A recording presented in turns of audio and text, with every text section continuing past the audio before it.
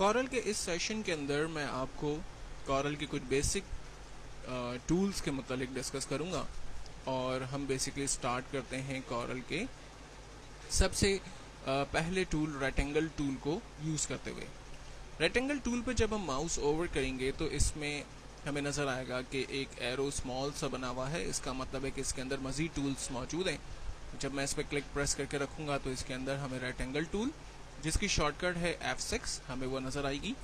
जबकि दूसरा जो टूल है वो 3 पॉइंट रेक्टेंगल टूल हमें यहाँ पर मिल जाएगा। रेक्टेंगल टूल को कैसे यूज़ करते हैं? जैसे ही मैंने रेक्टेंगल टूल को सेलेक्ट किया, हमारे पास माउस का जो शेप है वो रेक्टेंगल के शेप के साथ हमें नज़र आ रहा है। अपने पेज पर एक स्मॉल सा रेक्टेंगल हम ड्रॉ करेंगे।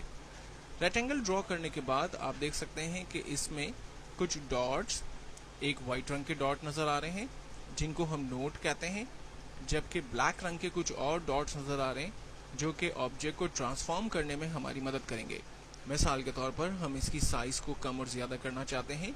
मैं एक ब्लैक डॉट पर अपने माउस को रखकर क्लिक प्रेस करते हुए इसे ड्रैग करता हूँ तो इसकी साइज़ को मैं बड़ा कर सकता हूँ और इसी की साइज़ को मैं कम कर सकता हूँ। जबकि एक्स के ऊपर माउस प्रेस करते हुए हम इसको किसी और पोजीशन पे मूव कर सकते हैं। मैं इसे पेज के टॉप पर ले जाना चाहता हूँ, पेज के बॉटम पे ले जाना चाहता हूँ, तो एक्स पे क्लिक करते हुए हम इसको इजीली अपने ऑब्जेक्ट को पेज के किसी भी एरिया में मूव कर सकते हैं। जबकि एक्स पर एक दफ़ा क्लिक करने से हमारे पास जो ट्रांसफॉर्म टूल आ रहे थे उसमें रोटेशन का नोट आ गया है, जिसकी मदद से मैं अपने ऑब्जेक्ट को किसी भी एंगल में रोटेट कर सकता हूँ। इसकी पोजीशन को मैं चेंज कर सकता हूँ और अगर मैं इसे किसी और स्टाइल में ट्रांसफॉर्म करना चाहूँ तो मैं अपने ऑब्जेक्ट को किसी और स्टाइल के अंदर भी रोटेट कर सकता हूँ, इसकी ट्रांसफॉर्मेशन में चेंज कर सकता हूँ। जब हम ऑब्जेक्ट को सेलेक्ट करते हैं तो हम देख सकते हैं कि उस ऑब्जेक्ट से रिलेट ऊपर प्रॉपर्टी विंडो हमें नज़र आ रही है जो कि हमें इसके बारे में मज़ीद डिटेल्स देती हैं। हम चाहें तो मैनुअली भी अपने ऑब्जेक्ट को मूव कर सकते हैं, उसकी साइज़ को कम और ज़्यादा कर सकते हैं। जैसे जैसे मैं इसकी साइज़ को कम और ज़्यादा कर रहा हूँ, आप देख सकते हैं कि यहाँ पर इसकी एक्स और वाई पोजीशन चेंज हो रही है, जबकि इसकी विड्थ और हाइट के अंदर भी चेंजिंग आ रही है, इसकी परसेंटेज के अंदर भी चेंजिंग आ रही है। ये तीनों प्रॉपर्टी ऑब्जेक्ट के साथ काम करती हैं, हम जिस तरह से चाहें उसको यूज़ करें। और अगर मैं इसे रोटेट करना चाहूँ तो रोटेशन के लिए मैंने आपको बताया था कि आप एक्स के ऊपर क्लिक करें और जिस एंगल में से रोटेट करना चाहें रोटेट करें। जिस भी एंगल में आप रोटेट करेंगे, रोटेशन की विंडो में वो प्रॉपर्टी या वो नंबर्स उसके खुद ब खुद मूव होते हुए आपको नज़र आएंगे।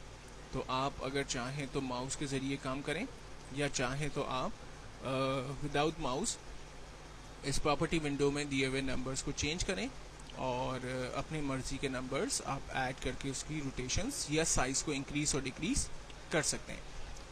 जबकि सिंपल क्लिक करने से ये नोट दोबारा ख़त्म होंगे और ऑब्जेक्ट हमारा अपनी असल पोजीशन के अंदर कन्वर्ट होगा।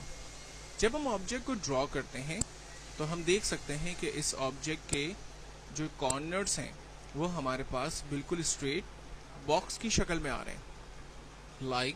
हम चेक कर सकते हैं कि हमारे पास ये जो बॉक्स है, इसकी जो कॉर्नर पॉइंट है वो एग्जैक्टली बिल्कुल नॉर्मल है, स्क्वायर कॉर्नर की पोजीशन है। अगर मैं चाहूँ कि इसके कॉर्नर्स टर्न हो जाए, राउंड एंगल हो जाए, तो यहाँ पर मौजूद हम ऑब्जेक्ट की इस प्रॉपर्टी में जाकर इस पे नंबर डिफाइन करेंगे और हम देखेंगे कि यहाँ शेप के अंदर वो चेंजिंग्स आएंगी। इसको समझेंगे कैसे? ये जो टॉप कॉर्नर है ये बेसिकली हमारे ऑब्जेक्ट के लेफ़्ट टॉप के एंगल को चेंज करेगा, जबकि ये लेफ़्ट बॉटम के हिस्से को चेंज करेगा। यहाँ पर राइट बॉटम है, जबकि ये राइट टॉप की पोजीशन को चेंज करेगा। हम इसको यूज़ करके देखते हैं। मैं किसी भी एक एंगल पर 0 की जगह इसको 50 नंबर डिफाइन करता हूँ और कीबोर्ड से एंटर बटन प्रेस करता हूँ। आप देख सकते हैं कि हमारे ऑब्जेक्ट के जो चारों कॉर्नर्स हैं उसके कॉर्नर्स टर्न हो चुके हैं, राउंड एंगल हो चुके हैं। इसी तरह से अगर मैं इसकी प्रॉपर्टी को, किसी भी प्रॉपर्टी को अगर मैं 0 करके एंटर करता हूँ तो चारों ऑप्शंस टुगेदर एक साथ 0 हो गए और इसमें कॉर्नर्स जो है वो चारों 0 हमें नॉर्मली नज़र आ रहे हैं। लेकिन अगर मैं ये चाहूँ कि इस ऑब्जेक्ट के सिर्फ इस एंगल को मैं 50% तक राउंड कर दूं, तो चूंकि ये चारों ऑब्जेक्ट्स टुगेदर टर्न हो रहे हैं, तो मैं यहाँ पर राउंड कॉर्नर टुगेदर का जो लॉक का बटन है इसको अनलॉक करूँगा। देन उसके बाद मैं प्रॉपर्टी पे जाकर 50 डिफाइन करके इंटर करूँगा।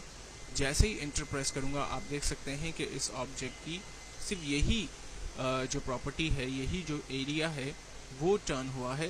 रेस्ट ऑफ द एरियाज़ के अंदर कोई चेंजिंग नहीं हुई है, बिकॉज कि मैंने लेफ़्ट टॉप की पोजीशन को 50% राउंड कर दिया। इसी तरह से अब मैं बॉटम राइट पर 50% राउंड करना चाहता हूँ। मैंने 50 लिखकर इंटर बटन प्रेस किया। आप देखें इसकी पोजीशन जो है वो 50% राउंड हो गई। तो इस तरह से हम किसी भी ऑब्जेक्ट के प्रॉपर्टी को अपने हिसाब से चेंज कर सकते हैं। अगर मैं ये चाहूँ कि तमाम ऑप्शंस दोबारा से ज़ीरो हो जाएं, तो इनकी प्रॉपर्टी को मैं ज़ीरो देकर इंटर बटन प्रेस करूँगा। ये चारों कॉर्नर्स दोबारा अपने हिसाब से नॉर्मल हो गए। जबकि मैं इनकी आउटलाइन को की थिकनेस को बढ़ाना चाहता हूँ, तो यहाँ पर आउटलाइन